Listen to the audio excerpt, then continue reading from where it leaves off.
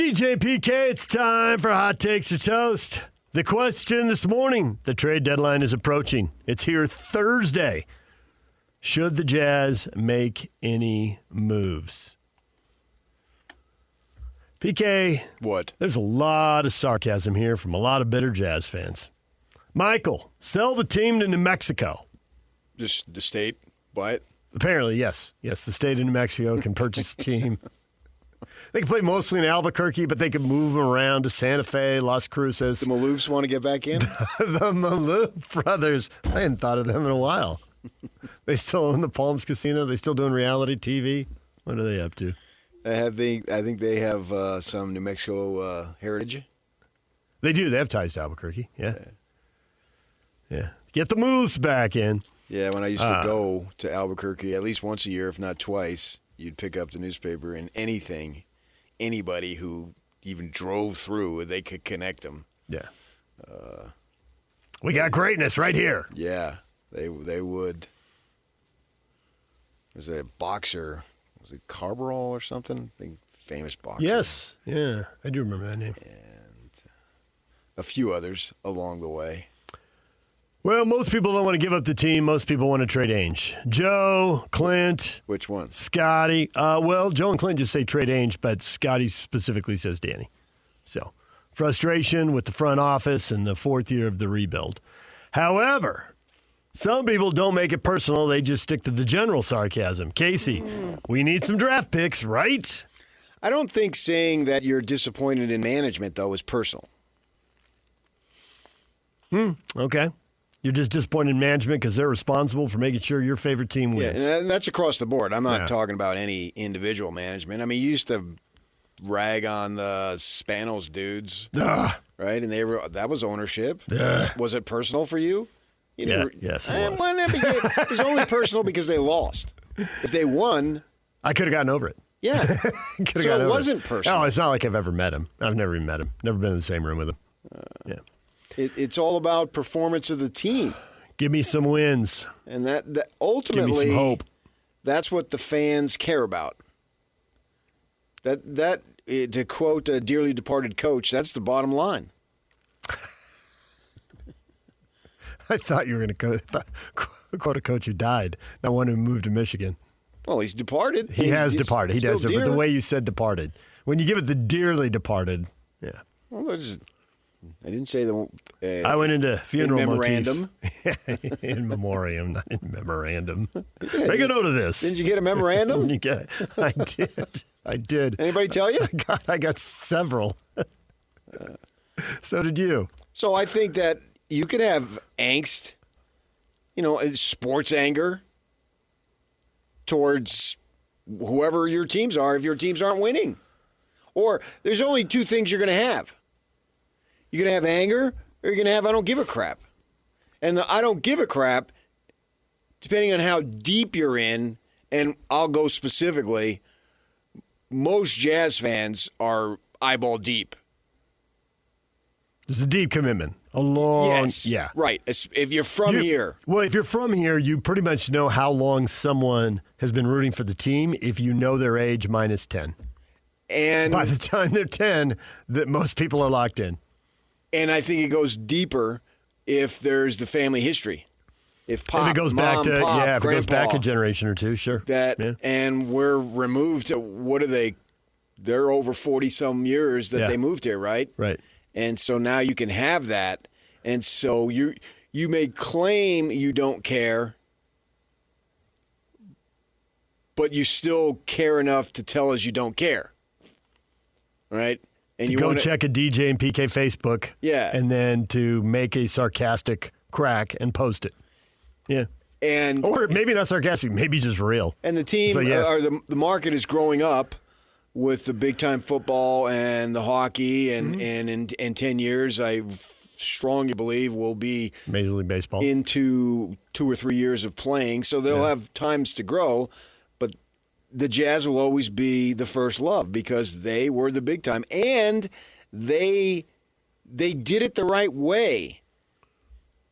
The one that you can feel proud about Larry Miller, and we know that story, and drafting well, And then, lo and behold, looky here, you got a winner. And you drafted so well that you had a winner for so long because you got two guys literally as babies, professionally speaking. And so you were in, and now it hurts. So you can have that anger. I've got no problem. I mean, the trade Ainge thing is, you're not going to do that. But the anger towards the management, I get it. Means they're bought in. Yeah. Kevin O'Connor came on the show a long time ago and said, you can love us and you can hate us. And it was right after they blew a 2-0 lead and lost a best-of-5 first-round series. It was the morning after. Actually, I think it was before I was doing the show with you. Was it the Celtics or not the Dallas? Celtics? Dallas. It was Dallas. And yeah. I was still working for the Watchdog, but go ahead. Don't. You can love us and you can hate us, but please don't ignore us.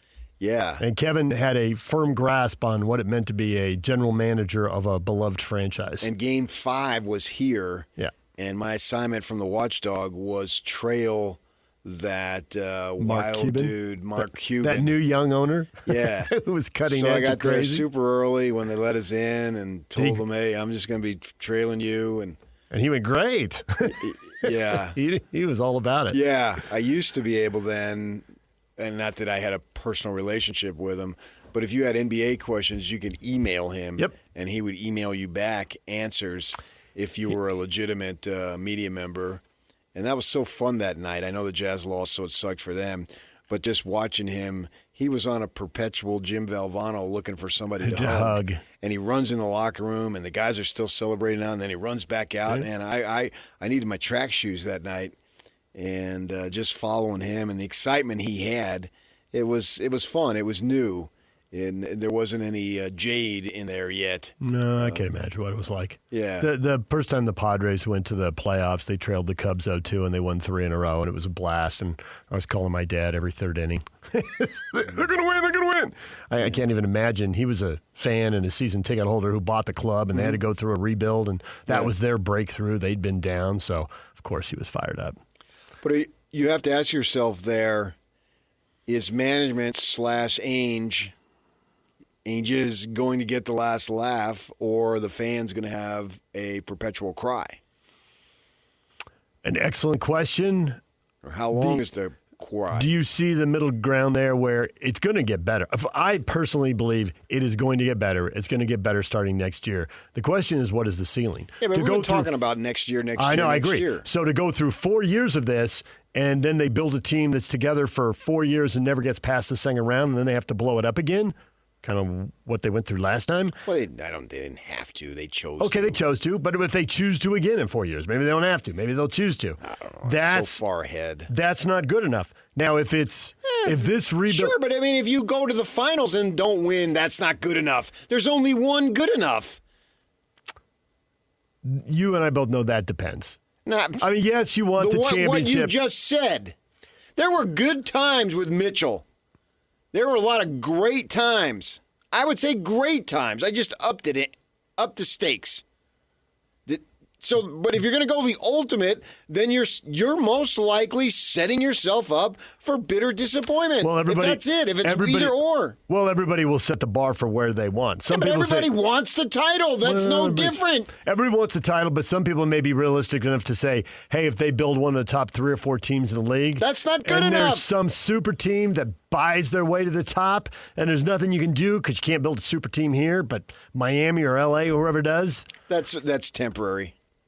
Right, but if it's your window that they crush, as these teams under these rules seem to be getting built and then pulled apart pretty quickly. I don't know. You're creating a bunch of hypotheticals there. I am, because there are a bunch of hypotheticals, and we don't know what 2030 is going to bring. But we're talking about the trade deadline. That's not a hypothetical. That's in a little over 48 hours. So for the trade deadline, there are people here with specific plans. And as much as some people are scoffing, as I said, Casey, we need some draft picks, right? And then he even put in parentheses. So he's making fun. To make sure we didn't miss it, he put in parentheses, sarcasm.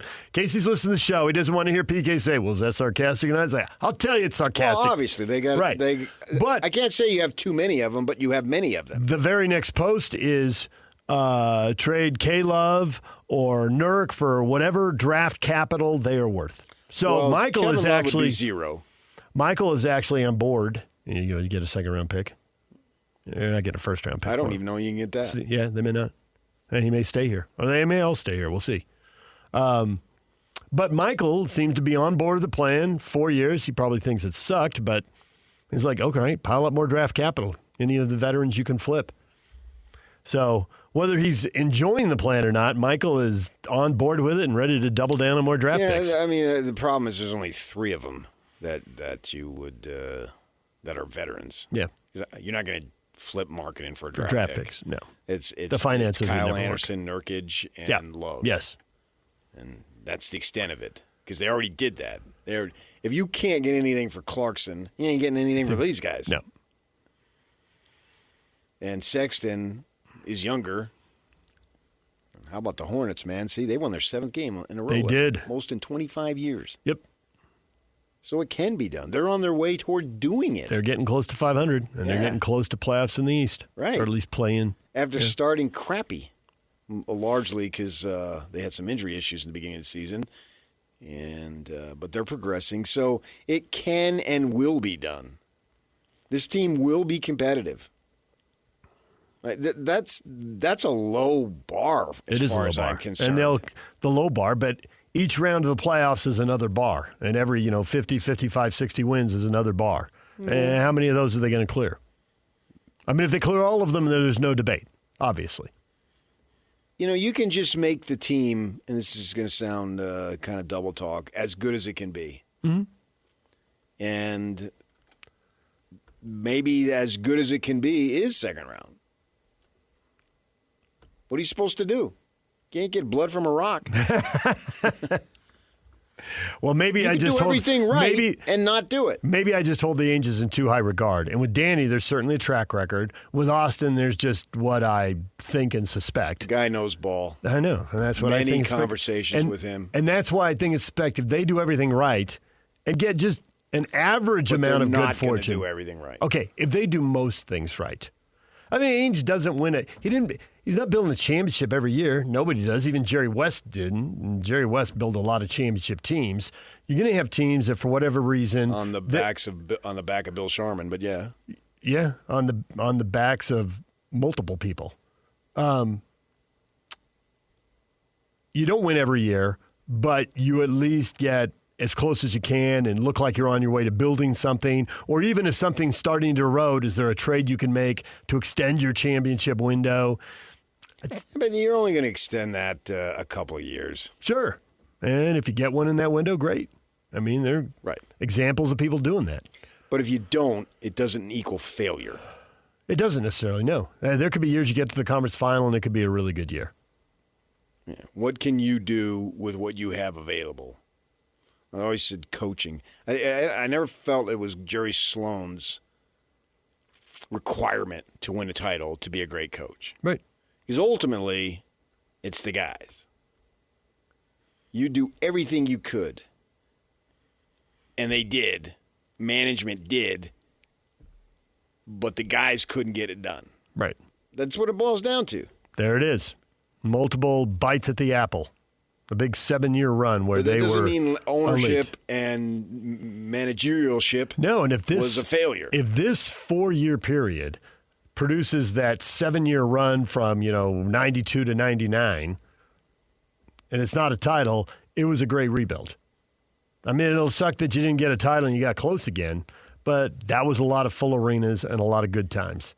And a lot of people getting together in front of the TV and screaming and yelling. There were some awesome moments along the way. Well, I think they're going to do that. Yeah. And if they have an opportunity to better something on Thursday, absolutely do it. And even if you have to give up a piece, say you have to give up Collier, just right. Pick one of the young guys. Any one of the young guys. Right. And you feel that the team, by doing that, will be better, then I'm all for it. Roll the dice. See what you can do. Aaron goes the other way, though. No way. Don't break up the chemistry. Why risk winning? Aaron thinks but I don't think it is risking winning. With whatever move they make. Because I don't necessarily think it's... whatever move they make will be future-oriented. Yeah. And it won't bring in... They're not going to bring in a veteran who helps them win right now. No. It actually, if you make a move, I would suspect the team would be worse. If somebody gives them something, let's use Nurkic as an example. Sure. He's obviously Is he contributing. eligible to be traded? We've Yeah. done all the rules. Yeah, and we're past all that stuff. Yeah. And that will make the team worse, Yep. but you're looking to make the team better. Right. I wouldn't just throw away Nurkic in the manner that they did the other guys in the offseason. Because he can help you next year when you're trying to win. But if you feel like it could help you next year by getting rid of him, absolutely do it. Yeah. And in the short term, it'll help you lose some games this year. Yeah. So that's a win-win. Every time they sit him, they're more vulnerable to He another doesn't need defeat. any rest. He needs no more rest than I do. He's well rested. Right. And he's getting a little more rest today in Indiana. Yeah, and gosh, for big men these days, has there never been an easier time to be a big man? The best time. As long as you can move a little bit. But he doesn't. They're not banging down low like they used to. A lot less of that. And you're not.